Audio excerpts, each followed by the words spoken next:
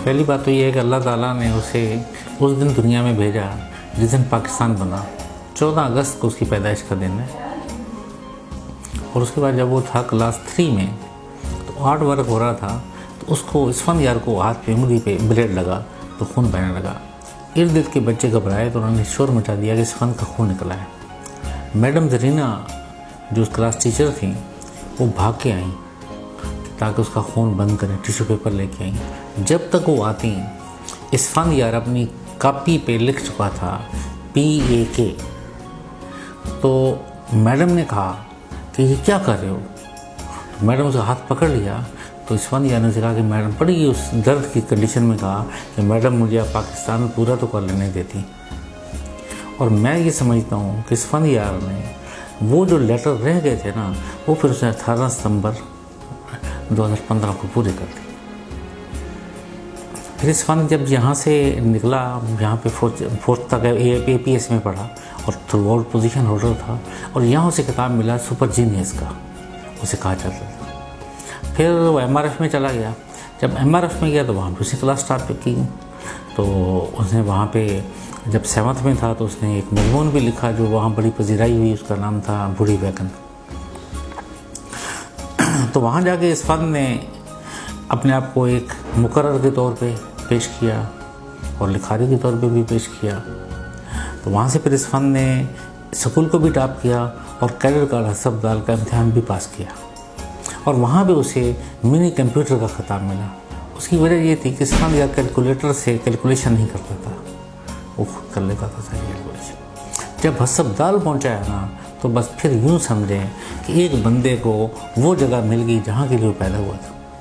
क्योंकि वहाँ से एकेडमिक्स भी टॉप पे चली गई, वहाँ पे उसने गेम्स भी खेला। अब यहाँ से ये देख लें कि उसके इतने अचीवमेंट उसने वहाँ पे किए, एक नया रिकॉर्ड बना दिया।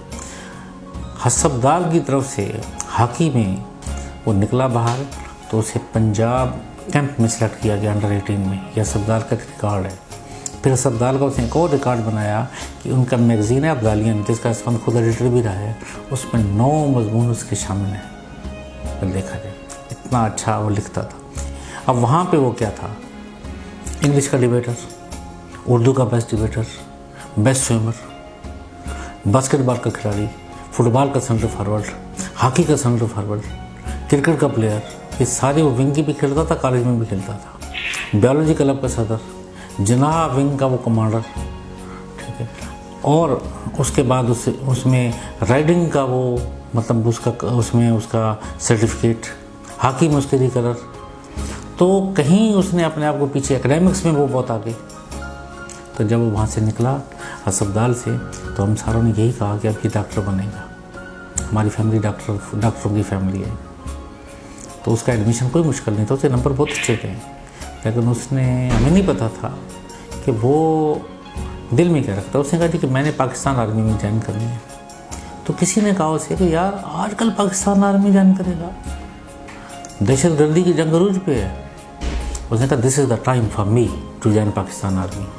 इसलिए कि पाकिस्तान आर्मी में जब टैलेंटेड लोग शामिल हो जाएंगे तो आर्मी वैसे बहुत बहादुर है, जब टैलेंटेड आएंगे तो आर्मी उठ जाएगी। PM काकुल में चला गया।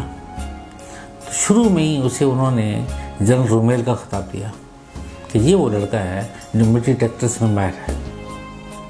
वहाँ उसने हॉकी में मेडल लिया, वहाँ हॉकी चैम्पियनशिप जीता, हॉकी की ट्रॉफी जीती। वहाँ उसे स्विमिंग में मेडल लिया, वहाँ उसे राइडिंग में मेडल लिया। वहाँ उसने पाकिस्तान मिलिट्री एकेडमी को टॉप किया और उसे मिलिट्री टैक्टिक्स मेडल मिला। फिर उसने मिलिट्री को दोबारा टॉप किया और पाकिस्तान का सबसे बड़ा अवार्ड सोल्डर ऑफ ऑनर जीता।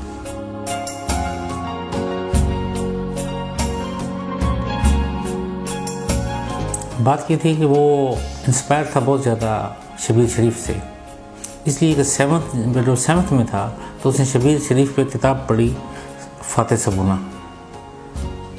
बस उसके बाद उसके अंदर यही जज्बा हुआ कि मैंने भी जो है ना आर्मी में जाना है और मुल्क के लिए मैंने कुछ करना है।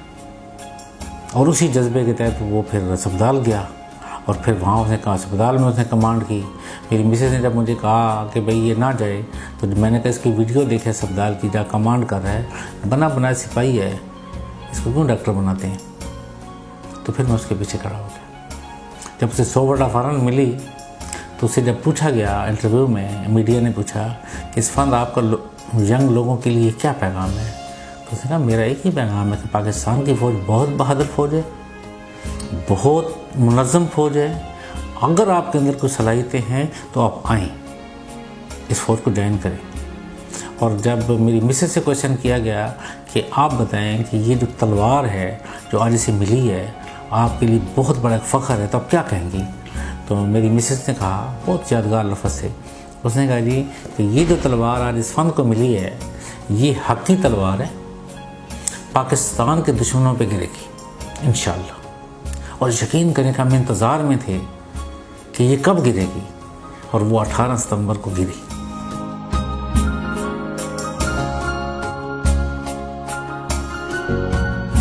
इसमें बात ये थी कि जब वो आर्मी में गया, जब ज्वाइन की आर्मी, तो मैं बहुत खुश हुआ क्योंकि उसने आर्मी में जाके एक्सेल किया था। PMA काकूल में उसने वो कारनामे अंजाम दिए जो कि बहुत कम लोग दे सकते हैं। तो मुझे उसी वक्त यकीन हो गया कि ये पाकिस्तान आर्मी का इंशाल्लाह की जर्नल है, इंशाल्लाह की जर्नल है। और उसकी आर्मी में बहुत ज़्यादा शुरू से कदर मंजरत उसकी हो गई, तो हमें खुशी हुई और मैं उसके पीछे खड़ा हो गया कि मैं अब तेरे साथ हूँ, तू अब जा पाकिस्तान आर्मी में, बिल्कुल सही। और फिर मैंने उससे एक बात की थी, मैंने कहा यार 2 बातों का ख्याल रखना कि ये जो सोडा फानर है ये अब तुम्हें तकलीफ़ देगी कुछ, इससे बचना। उसने कहा वो क्या, ये तो बहुत बड़ा ऑनर है। मैंने कहा नहीं, जब तुम जाओगे अपनी यूनिट में तो वहाँ आपका CO भी सोडा फानर नहीं होगा, कोई मेजर भी नहीं होगा, कोई भी नहीं होगा। तो जब तुम देखोगे कि इस यूनिट में जो 1936 में आई है पहला सोडा फानर गया उसमें वो आप हैं, तो आपके दिमाग में कीड़ा आ जाएगा यार। जब वो कीड़ा आएगा तो तुम डाउन हो जाओगे। लिहाजा इसको फरामोश करो कि आपके पास सोड है, आगे देखो।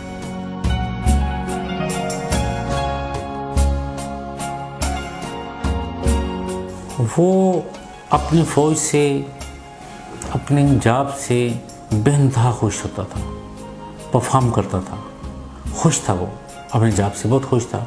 और शहादत के बारे में उसका ये था कि अपने भाई से उसने कहा कि अगले जाने जब लोग जाएंगे तो बहुत सारे पारसा लोग भी ऐसे होंगे जो कतारों में लगे हुए होंगे, और एक आदमी के पास से गुजर जाएगा तो सारे पूछेंगे ये कौन है, तो कहेंगे ये शहीद है। तो शहीद की अजमत। और उसका एक छोटा सा वाक़या मैं आपको बताता हूँ कि जब इस फंद यार वज़ीरिस्तान में था तो एक दफ़ा इस फंद यार की यूनिट में वो उन्हें कवर देने के लिए गया था, तो ये घेरे में आ गए। तकरीबन 70 से 72 दहशतगर्द थे जिनको घेरे में आ गए। तब इस फंद यार ने देखा कि हमें कहीं बाहर से कोई मदद नहीं मिल सकती, तो इस फंद यार ने अपने बंदों से कहा 1 मिनट की तकरीर है, जो अब वो 11 के 11 सारे जिंदा उन्हें याद है। उसने कहा कि शहादत की आरज़ू सारों को होती है, मिलती नहीं है, जिसको मिलती है उसे पता नहीं होता।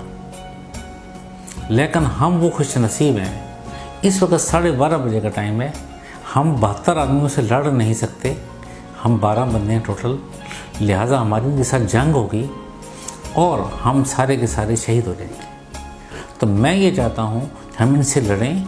कल जब पाक फौज यहाँ पे आए, फतह करे, तो देखे कि 12 शेर शहीद हैं और 30-40 कुत्ता भी मरा हुआ है।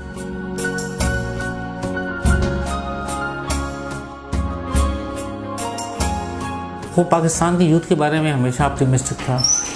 वो कहता था कि यहाँ पे बहुत टैलेंटेड लोग हैं, सिर्फ उन्हें थोड़ी सी गाइडेंस चाहिए। अगर इनको थोड़ी सी गाइडेंस मिले, ये थोड़ा सा दीन की तरफ आ जाए। वो कहता था जो बंदा जितना इस्लाम की तरफ आएगा ना, वो उतना ऑपरेट होगा और उतना अपने काम से वो लगन से करेगा। तो उसकी यही ख्वाहिश थी कि हमारी जो नौजवान नस्ल है वो अपने दीन की तरफ पलटे। जब दीन की तरफ आएगी तो फिर वो परफॉर्म करेगी।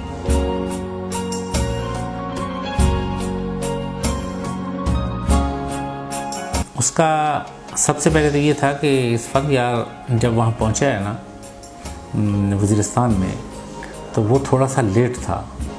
लेट होने की वजह ये थी, इस फंद यार वो कोर्स कर रहा था कोयटा में, तो उसने कोर्स के दौरान कहा कि मैं आपको एक ऐसा इंस्ट्रूमेंट ईजाद करके दे सकता हूँ जो आपको बताएगा कि गोली किधर से आई है। तो सारों ने उसकी बात का मजाक उड़ाया कि ये तो अमेरिकन टेक्नोलॉजी हो सकती है, आपके पास ये कैसे आ गई। वेल वो इंसिस्ट करता रहा कि मैं ये मेरे पास है एक राज, मैं बना सकता हूँ। तो जब इस्फंदियार का कोर्स ख़त्म होने के करीब आया तो कोर्स तो उसने वैसे ही बहुत अच्छा किया, उसके लिए तो ये चीज़ें मुश्किल थी ही नहीं, कभी मुश्किल नहीं, तो एंजॉय करता था इन सारी चीज़ों को। तो जनरल साहब को बताया गया जी एक लेफ्टिनेंट है जो कहते हैं कि जी मैं ऐसा एक आला बना सकता हूँ। तो जनरल साहब ने इसको बुलाया कि क्या आप ऐसे बना सकते हो, क्यों ऐसी बातें करते हो, तुम गलत बातें क्यों करते हो। उसने सर मैं बना सकता हूँ, कितने समय बना लोगे। इस्फंदियार ने कहा 1 महीने। अब इस्फंदियार को 1 महीना डिटेन कर लिया गया, बाकी कोर्स चला गया। इस्फंदियार ने 1 महीने के बाद जब जिस दिन आला उसका कंप्लीट हुआ तो उसने मुझे फ़ोन किया कि अब्बू दुआ करें, जो मैंने आला बना दिया है, इंस्ट्रूमेंट बनाया है, और उस पे कल ट्रायल है। अगले दिन उस आले पर ट्रायल हुआ, जिस जगह से फायर आया इस्फंदियार ने आले ने उसे डिटेक्ट किया और जवाब में फायर किया गया, वो पोस्ट उड़ गई। तो उसने कहा जी 10 फायर हुए, 7 बिल्कुल एक्यूरेट अपनी जगह पे लगे, 2 जो थे वो मैंने कहा कि आपकी गन की बैरल ठीक नहीं है, एक ऐसा है जो कंट्रोवर्शियल है। तो वहाँ से इस्फंद आ गया अपने यूनिट में, वज़ीरिस्तान में आया। जब वज़ीरिस्तान में आया तो वहाँ जो पोस्ट थी सबसे आगे वाली पोस्ट थी, ख़तरनाक पोस्ट जो सबसे आगे थी, तो उन्होंने उसके लिए कुरानंदाजी की कि भाई इस पर कुरानंदाजी करते हैं कि अब पहले कौन अफसर इस पर जाएगा 3 महीने के लिए। तो इस्फंदियार ने अपने सीईओ को कहा सर कुरानंदाजी क्यों करते हैं, ये मुझे हवाले कर दे, मैं कर लेता हूँ। तो इस्फंद की हवाले हो गई, सारे खुश हो गए कि ठीक है इस्फंद चला गया। तो इस्फंद ने वहाँ अपने डिफेंसेस वगैरह बनाए। 3 महीने के बाद जब दोबारा मौका आया तो इस्फंद ने फिर कहा कि सर क्यों किसी को देते हैं, मैं हूँ ना इधर। तो इस तरह इस्फंद ने वहाँ 1.5 साल गुजारा अगली पोस्ट पे, -10 टेम्परेचर पे। तो अब इस्फंद ने क्या किया कि वहाँ पे एक उसको वाक़या कि वहाँ के कुछ सांप होता है वो बड़ा ख़तरनाक, तो उससे बताया जाता है कि इसको आप इससे बच के रहें। तो दोपहर का वक्त था तो कुदरती तौर पर वहाँ सांप आ गया, तो लड़के एक तरफ हो गए। तो एक सिपाही ने कहा गन से फायर करना चाहा, तो इस्फंद ने उसे रोका कि ना फायर करें। इस्फंद उस सांप पे पीछे भागा, सांप आगे भागा। इस्फंद ने 100 गज आगे जाके सांप को पीछे से पकड़ लिया, पकड़ उसको घुमाया और अपने पाँव के नीचे ला के उसने उस पर पाँव रखा, और फिर जब वो वापस आ रहा था तो वो सांप उसे हमने गले में डाल दिया। तो वो एक हवालदार था, उसने कहा सर एक मिनट ठहरे, तो उसने इस्फंद की वो तस्वीर खींची। वो तस्वीर अब भी इस बुक में भी है और फेसबुक पे भी बहुत वो मशहूर हुई है वो तस्वीर उसकी। अच्छा, इस्फंद का वहाँ वाक़या ये है कि मैंने आपको पहले बताया कि वो जब वो घेरे में आ गया था तो उसने फिर ऐसा किया कि उनको बहुत तंग किया उन दहशतगर्दों को। ये जंग फिर शुरू हुई 2:30 बजे, जब इस्फंद ने उन्हें कहा कि हम नीचे आने वाले नहीं हैं, आप ऊपर आएँ, हम 2-4 बंदे हैं। पर उसने ऐसा तरीका किया कि वो ऊपर आए। जब ऊपर आए तो पहला बंदा इस्फंदियार ने मारा उनका, बस फिर फायरिंग हुई, उनके 8 बंदे नीचे गिर गए और बाकी भाग गए। अब इस्फंद ने कहा कि अब ये चले गए हैं। इस्फंद का एक सिपाही है, उसका नाम है ताज मोहम्मद। ताज मोहम्मद को गोली यहाँ से लगी, इधर से निकल गई। ताज मोहम्मद ज़ख्मी था, इस्फंद ने उसे फर्स्ट एड दी और अपने बंदों को कहा कि अब सारा असला भी लें, ज़ख्मी को भी लें, अब यहाँ से निकले। 2 बंदे यहाँ पे रहेंगे ताकि आप पे अटैक भी ना कर सकें और दूसरी लाशें भी ना उठा सकें। तो 2 नायक थे बड़े बहादुर, पाकिस्तान फौज वैसे बड़ी बहादुर है, उन्होंने कहा जी हम यहाँ पे फिक्र ना करें। इसने कहा नहीं, एक मैं हूँ ना, एक कॉर्नर। तो साथ दूसरा आ गया। अब इस्फंद उन पर फायर शुरू कर दिया करना दहशतगर्दों पे। ये 10 के 10 बंदे जब पहुँच गए, पौने घंटे में सेफ हो गए, तो फिर इस्फंदियार वहाँ से निकला। तो इस्फंद की घड़ी थी, तो इस्फंद भी फायर आ रहा था, तो वो एक पत्थर लगा ना, उसको फायर लगा, तो पत्थर उड़ के इस्फंद की घड़ी को लगा, तो उसे उसका डायल तोड़ दिया। जब इस्फंद वापस आया तो उसने मुझे कहा कि अब इस घड़ी को ठीक भी नहीं कराना, इस घड़ी का डायल भी नहीं चेंज कराना, न शीशा लगवाना है। ये गाजी घड़ी है, जैसे शहीद को दफनाया जाता है कपड़ों में, ये ऐसी ही रहेगी मेरे पास। तो जब वो वापस आया इस्फंद, तो सारे हैरान हो गए कि यार इतनी ये कैसे हो गया कि इतनी ये वो घेरा तोड़ के निकल आए और अपने सारे फौजियों को बचा के ले आया। तो फिर पाकिस्तान फौज कदर करने वाली है। फिर उन्होंने इस्फंद की फिर बहुत इज़्ज़त, बहुत कदर की। दूसरा उसका जो वाक़या जो सारे याद करते हैं वो ये है कि हर दूसरे दिन उन पर अटैक आता था अगली पोस्ट पे। तो रात को कोई 12:30 बजे का टाइम था, इस्फंद जागता था। इस्फंद की आदत थी कि वो खुद जागता था, तो 7-4 बंदे और भी होते थे। तो पता लगा जी कि नीचे से 3 दहशतगर्द ऊपर आ रहे हैं, जसवंत भाग के आया, उसने उनको फायर किया, वो पीछे भागे, सारी पोस्ट जाग उठी। तो कप्तान ने कहा कि देखें यार ये रोज़ आ जाते हैं हमें तंग करने के लिए, आज नीचे जाकर इनकी तबीयत साफ़ करनी चाहिए। तो जो उनका था नबी था, वो जो सूबेदार था, उसने कहा सर हम नीचे जाएंगे, 3 ये हैं, 8-10 और होंगे नीचे, जंग होगी, हमारा भी नुकसान हो जाएगा। तो ये तो बगैर आते ही पैसों के लिए, मरने के लिए आते हैं, तो हमारा बंदा गुजर हो जाएगा। तो कप्तान इस्फान ने कहा कि यार आप ठीक कह रहे हो। तो बंकर में चले गए। 5 मिनट के बाद देखते हैं कि कप्तान साहब बाहर निकले हैं, गन भरी हुई है, गोलियाँ शोलियाँ बहुत सारी अपने पास रखी हुई हैं, ग्रेनेड भी जेब में डाले हुए हैं, और जैकेट वैकेट पहन के तो उन्होंने नीचे छलांग लगाई दीवार से। तो फ़ौरन सूबेदार ने कहा सर आप क्या कर रहे हैं, कहाँ जा रहे हैं अकेले? उसका नहीं मैं बस थले ही जा रहे हैं, देखना सिर्फ ना, कोई गल नहीं है। ये कहा कि 20 मिनट गुजर गए, कप्तान का कोई पता नहीं कहाँ है, फायरिंग हुई नीचे बहुत ज़्यादा। तो उसने सूबेदार ने कहा कि यार कप्तान शहीद हो गया, ये नहीं हो सकता, एक बंदा किससे लड़ेगा, चलो नीचे। तो नीचे आए, अभी बिल्कुल बेस पे पहाड़ के नीचे नहीं पहुंचे थे, तो देखा तो आगे कप्तान इस्फान साहब आ रहे हैं, और आते ही उसने एक हल्का सा थपथपाया उसके सूबेदार के कंधे को, कि कहा कि भाई सुबह मेरे साथ चलना, मैं आपको इनकी लाशें दिखाऊंगा। सुबह वही कहता चल आओ लाशें दिखाता हूँ, मैंने मारे हैं बंदे। वहाँ गए, लाशें वाशें कोई नहीं, खून बहुत ज़्यादा पड़ा हुआ था। कहता यार ये उठा के ले गए, मैंने इन्हें एक सबक सिखाया। अब जब ये बातें कोई बंदा सुनता है या देखता है तो बंदा फिर हैरान होता है कि यार ये बंदा वाकई ही एक बहादुरी की ये मिसाल है।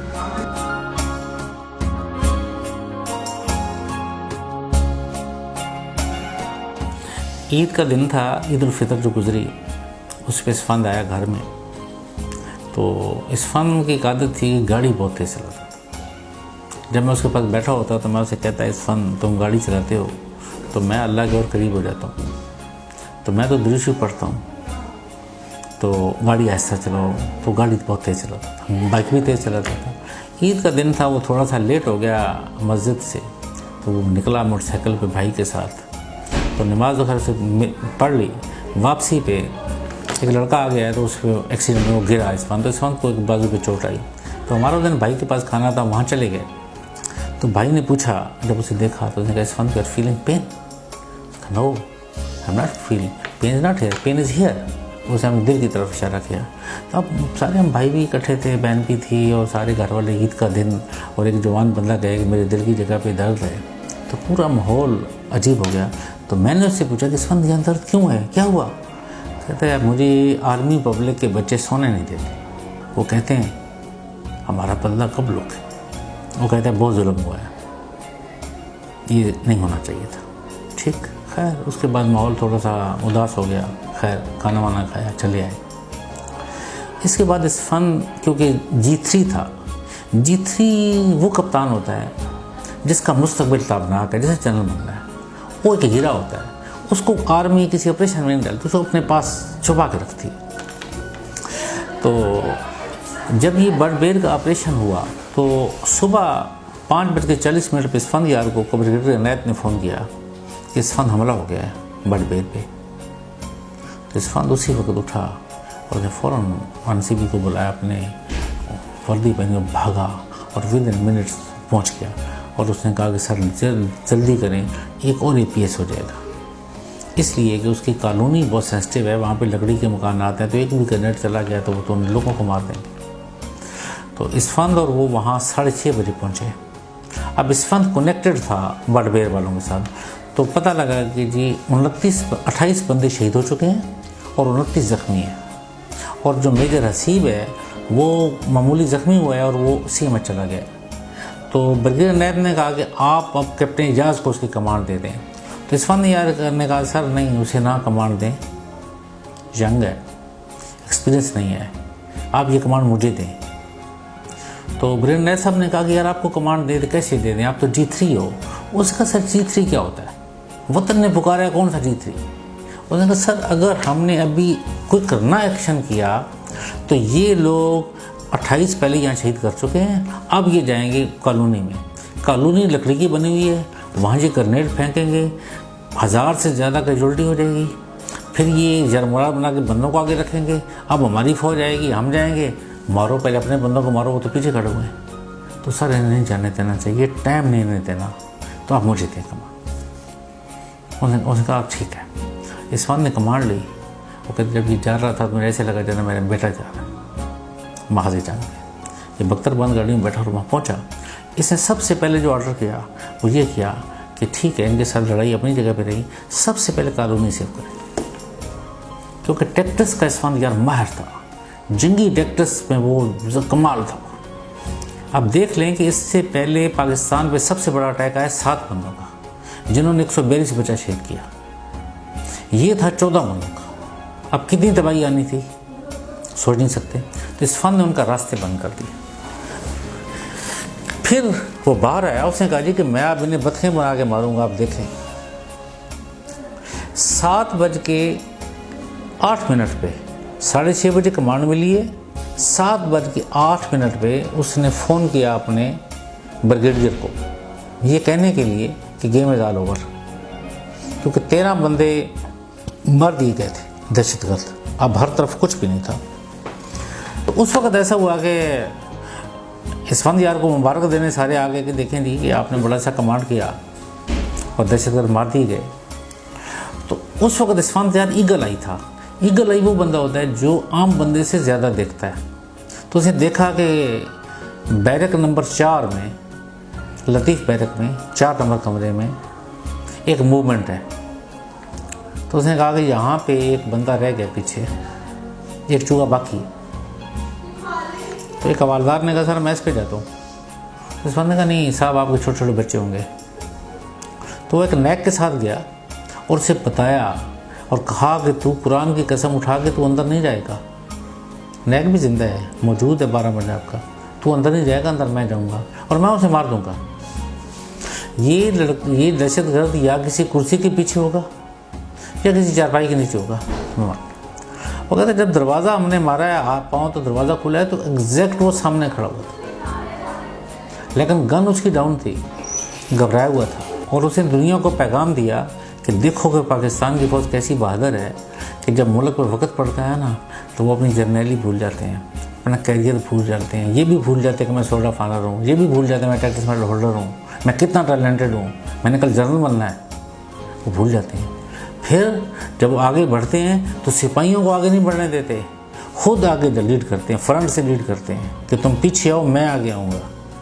तो फिर ऐसी फौज को फिर कौन शिकस्त दे सकता है। फिर लोग जो कहते हैं कि यहाँ दहशतगर्दी ख़त्म हो गई है और अब बहुत कम हुई है, शाम क्यों नहीं बना पाकिस्तान, इराक़ क्यों नहीं बना, लीबिया क्यों नहीं बना, इसलिए कि यहाँ बहादुर फ़ौज है।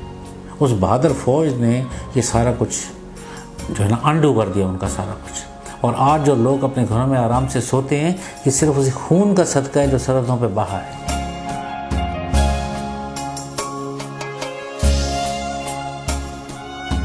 ऐसा हुआ कि जब वो ऑपरेशन हुआ तो मेरी मिसेज ने मुझे कहा सुबह कि डॉक्टर साहब वहाँ पे एक ऑपरेशन चल रहा है, इरफान तो इसमें नहीं होगा।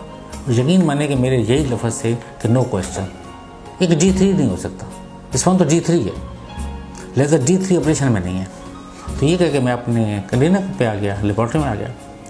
तो 11:15 बजे मुझे फ़ोन आया, तो उन्होंने कहा जी कि मैं कर्नल वसीम बोल रहा हूँ। बस ये सुनते ही तो मैं रियली घबरा गया कि यार ये वसीम का फ़ोन कैसे आ गया। तो उसने कहा जी सुबह के ऑपरेशन में इरफान यार शदीद ज़ख्मी हुए हैं। तो यकीन माने कि उसी वक्त मैंने उसे अब्रप्ट कहा, उस वक्त मैंने कहा इरफान ज़ख्मी होने वाला नहीं है, सही बात बताएं। उसने कहा जी अल्लाह ताला ने कप्तान इरफान को शहादत बख्शी। मैंने कहा अल्हम्दुलिल्लाह, फ़ोन बंद किया। अब कोई प्रॉब्लम नहीं, ख़त्म। इरफान के साथ मोहब्बत का ये आलम था कि जब अस्पताल में उसको चोट लगी, हाकी लगी आँख पे, तो मैं घर से गाड़ी से निकला तो 45 मिनट मेरे आंसू थमे नहीं। जब मैं वहाँ पहुँचा लोगों से लड़ पड़ा उसके लिए, उसे लेके आया सब। जब उसने फॉरेन बॉडी इनहेल की वज़ीरिस्तान में, तो मैं लिया में था, तो उसे मैंने कहा तू बनू से पहुँच CMH पिंडी। तो मैं लिटरली रो रहा था मेरी मिसेस साथ थी, शादी पे मैं गई तो मुझे चुप करा रही थी कि डॉक्टर साहब क्यों आप ऐसा। मैंने कहा नहीं, इस्फान तकलीफ में है। उसकी तकलीफ मेरे बर्दाश्त में नहीं थी, लेकिन आज कोई तकलीफ नहीं है, ठीक है। एक अल्लाह का फैसला आ गया, अल्लाह का फैसला आ गया, कबूल है। मैंने बेल दी, सारे अमले को बुलाया, मैंने कहा भाई लेबॉर्ट्री बंद कर दें, रिपोर्ट्स बाहर रखें लोगों के मानते, ताकि उन्हें मिले, और मैं घर जा रहा हूँ। जब मैं घर पहुँचा तो नौकरानी हमारी है, उसने दरवाज़ा खोला, तो मैंने कहा कि छोटा बेटा मेरा MBBS फाइनल ईयर में था उस वक्त, हसन बुखारी। तो मैंने कहा हसन किधर है? उसने कहा कि वो वालिदा के पास है। तो मैंने कहा ऐसा करेंगे ज़रा उसे बुलाएं मेरे पास। जब हसन आए तो मैंने कहा हसन आपके भाई शहीद हो गए। हसन ने कहा अबू ऐसा नहीं हो सकता। मैंने कहा क्यों नहीं हो सकता? क्यों नहीं हो सकता? हो सकता है, लेकिन मैंने आपको इसके लिए नहीं बुलाया कि हो सकता है या नहीं हो सकता। मैंने आपको अपनी हेल्प के लिए बुलाया है कि ये बात आपकी वालिदा को कैसे बताई जाए। तो उसने कहा जी अम्मी को बताते हैं कि इस्फान शदीद ज़ख्मी है। ठीक है, मैं अंदर गया, मिसेज ने मुझे कहा कि डॉक्टर साहब खैरियत है? मैंने कहा नहीं, इस्फान शदीद ज़ख्मी है, सुबह का ऑपरेशन। ठीक, उसी वक्त हमने औरंगज़ेब को बुलाया, ड्राइवर को, चल भाई अब घर से निकल रहे हैं, क्योंकि मेरी मिसेज कुरान का वो मदरसा चलाती है और वो लोगों को कुरान पढ़ाती है और अमली कुरान पढ़ाती है। अल्लाह के साथ उसका बहुत गहरा ताल्लुक़ है। 2 क्रिश्चियन औरतें उसके हाथ में मुसलमान हुई हैं, इससे बड़ा क्या हो सकती है किसी बंदे का अल्लाह के से ताल्लुक़। तो अल्लाह से बार बार ये दुआ कर रही थी कि या अल्लाह इस्फान को कुछ लाओ, इस्फान ठीक हो जाए। तो जब हम मटक से निकले तो मैंने कहा जब ये वहाँ जाएगी और देखेगी इस्फान तो शहीद हो गया तो ये अल्लाह से गिलामंद हो जाएगी। तो मैंने क्या किया, बेटा ही ले लिया मेरा, कोई दुआ कबूल नहीं की। तो मैंने कहा उज़मा अल्लाह ने इस्फान को शहादत बख्शी, अब उसका रोना चुप हो गया, अब खामोश, सकूत, ठीक है, अब ठीक है। तो अब उसने कहा अल्लाह उसे दर्जात बुलंद करे, उसकी शहादत कबूल करे। जब हम वहाँ पहुँचे तो ब्रिगेडियर वहाँ पे CMH में ब्रिगेडियर जाहिद और ब्रिगेडियर कामरान वहाँ मौजूद थे। तो उनको मैं मिला तो मैंने कहा वांट टू सी माई सन। तो उन्होंने कहा डॉक्टर साहब अंदर बॉडीज़ हैं काफ़ी। मैंने कहा बॉडीज़ हैं तो क्या है, मैंने तो सन को देखना है। और दूसरी बात है मैंने इतने पोस्टमार्टम किए, मुझे बॉडीज़ से कोई फ़र्क नहीं पड़ता, तो मैंने जाना है। उन्होंने कहा ठीक है। तो जब दरवाज़ा खोला तो सामने लिखा होता कि अपने इस्फान यार। मैं सीधा गया क्योंकि मेरे अंदर एक तूफ़ान था। तूफ़ान ये था कि इस्फान जैसा बहादुर आदमी दुनिया से गया कैसे? क्या कोई आईडी फट गई, किसी ने ऐसी बम मार दिया, कोई मर्डर का गोला गिरा कि बैठे बैठे शहीद हो गया, उसे कुछ भी नहीं किया और शहीद हो गया? ये नहीं। तो मैं अंदर गया तो मैंने अब यकीन माने कि मैंने उसका चेहरा नहीं देखा। मैं उसकी छाती से कपड़ा हटाया तो मैंने देखा कि लेफ़्ट साइड पर ब्लड ही ब्लड है। तो मैंने फौजी अंदाज में सन को सलूट किया, सन आपको सलूट है यार, बहुत अच्छा है, वेरी नाइस, गुड। फिर मैंने उसके चेहरे से कपड़ा हटाया, उसे किस किया, बाहर आया, मिसेस को बताया कि भाई इस्फान तो बहुत ज़बरदस्त है। उसने कहा मैं भी उसको देखना चाहती हूँ, मिलना चाहती हूँ। ठीक है जी, सलाम इस फ़ौज को, रियली ज़बरदस्त लोग हैं। तो मेरे जाहिद ने ऐसा किया कि इस्फान को साथ वाले कमरे में ले आए, वहाँ मेरी मिसेस अपने बेटे से मिली। फिर हम लोग चले गए गेस्ट हाउस में। वहाँ मुझसे एक पता नहीं किस तरह से किसी चैनल ने रब्ता किया, तो उसने मुझसे क्वेश्चन पूछा कि डॉक्टर साहब आपका बेटा शहीद हुआ, आप क्या कहना चाहेंगे? अब इस्फान की शहादत को चंद घंटे हुए थे, वो 4-5 घंटे पहले वो शहीद हुआ। एक बच्चे का जवान बच्चा दुनिया से गया, अब उसका वालिद क्या कहेगा?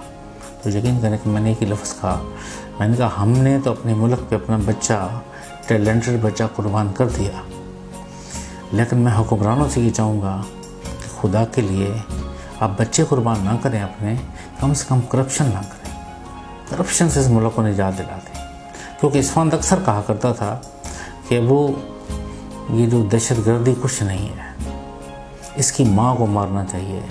दहशतगर्दी की माँ का नाम है करप्शन। करप्शन ख़त्म होगी, दहशतगर्दी ख़त्म हो जाएगी। तो फिर हम जब जनाजे पे गए तो राइल शरीफ साहब ने मेरा तारफ़ कराया इनके साथ वज़ीर आज़म के साथ कि जी आज हमारा बहुत बड़ा नुकसान हो गया, हमारा बहुत टैलेंटेड बच्चा दुनिया से गया। तो वहाँ भी एक चीफ मुझसे मिले, उन्होंने कहा जी इस फंद यार ने जो एहसान एयरफोर्स पे किया है वो एयरफोर्स कभी फरामोश नहीं कर सकती। फिर मुझे पता लगा कि इस फंद ने क्या किया। तीसरे दिन फिर मैं खुद गया, फिर मैं एक एक बंदे से मिला जो इस फंद के साथ वहाँ थे, जो ज़ख्मी थे। उन्हें मैंने कहा कि देखो आपके कमांडर दुनिया में नहीं रहे, मैं हूँ ना इस दुनिया में, कोई प्रॉब्लम आप मुझे बताएं, मैं आपकी जंग लड़ूंगा यार, आपके लिए काम करेंगे। आपको अल्लाह ताला ने शहादत नहीं दी, ज़ख्म दिए हैं, ये भी एक बहुत बड़ी अल्लाह की अनायत है कि आप पाकिस्तान के लिए एक ज़ख्म लेके आए हो, खून दिया आपने पाकिस्तान के लिए। तो उन लोगों ने फिर मुझे इस फंद की स्टोरी सुनाई कि इस फंद कैसे लड़ा। एक बात बड़े मैं हैरान हुआ हूँ, वो कहते हैं कि इस फंद यार के ऊपर गोलियाँ आती तो उसे लगती नहीं थी। कहते हैं this was very strange thing.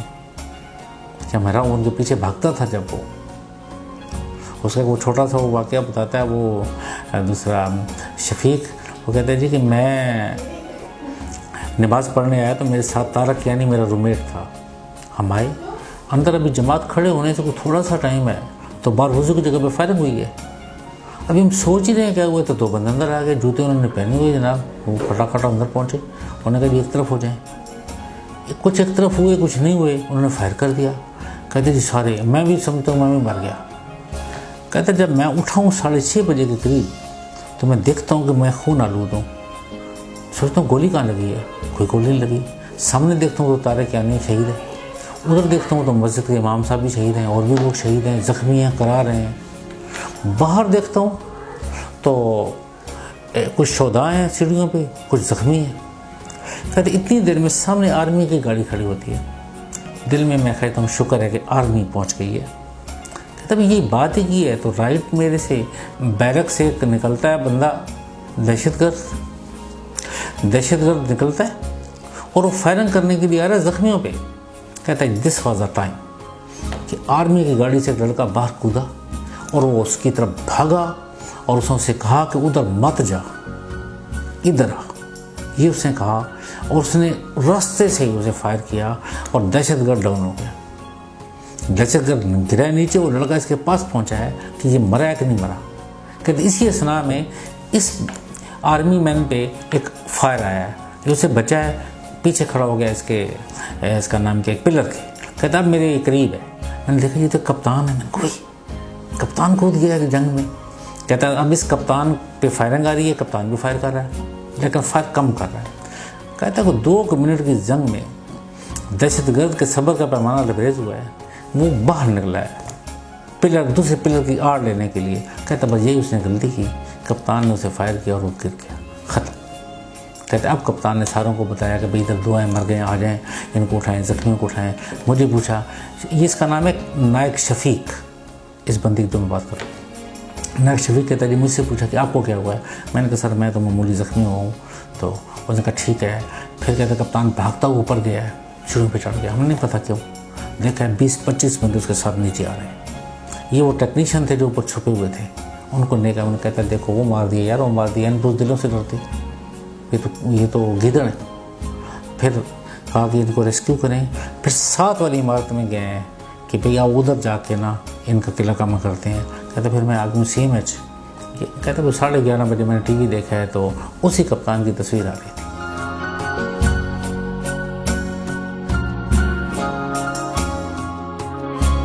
Pakistan की यूथ को मेरा यही पैगाम है कि अल्लामा इकबाल के एक शेर का मिसरा है कि सख्त कोशी से है तलख़ ज़िंदगानी अंगभी। आप सख्त कोशिश करोगे तो शहद वाली ज़िंदगी मिलेगी, आप काम चोरी करोगे तो शहद वाली ज़िंदगी आपको नहीं मिलेगी। तो आप मेहनत करें और अपने दीन की तरफ आएँ। जब मेहनत करेंगे और सीधे रास्ते पे आएंगे तो फिर आपके सारे मुश्किलात भी आसान हो जाएंगी और आप ये दोनों दुनिया में तरक्की पा जाएंगे। जहाँ तक इस बुक की बात है, ये बुक जो है ये इस फ़न यार की मादर इल्मी कैडेट का हसबदार ने उसे ट्रिब्यूट पेश करने के लिए उनके उस्ताद ने लिखी, जो इस फ़न यार के 14 अगस्त 88 से शुरू की कहानी और ख़त्म की 18 सितंबर 2015 पे। मुकम्मल उसकी दास्तान, मुकम्मल उसकी कहानी। This is the source of inspiration for the young people. Okay, अब आप हैरान होंगे कि पाकिस्तान की तारीख में जितनी किताबें आप देख लें, कोई भी किताब एक साल में 5-6 दफ़ा से ज़्यादा नहीं छपी। ये किताब 8 महीने में 9 दफ़ा छप चुकी है। 10वां एडिशन इसका प्रिंटिंग में है। अब इसको नेशनल बुक फाउंडेशन भी छाप रही है। पाक आर्मी ने इसको अप्रूव किया और आर्मी में दी, लाइब्रेरीज में दी। केपी के गवर्नमेंट ने इसको अप्रूव किया, अपनी लाइब्रेरीज में दी। अब इंशाल्लाह ये पंजाब की लाइब्रेरी में आएगी, ताकि हमें एक इस फंड नहीं ना, अब इस फंड की दुनिया से जाने से दुनिया ख़त्म नहीं हो गई। हमें बहुत सारे फंड चाहिए और बहुत सारे फंड ऐसे मिल सकते हैं जैसे एक फातेह सबूना से इस फंड आया, तो अल्लाह करेगा कि ज़हीर कंदील की मेहनत भी रंग लाएगी और इस बुक से फिर बहुत सारे फंड मिलेंगे पाकिस्तान को।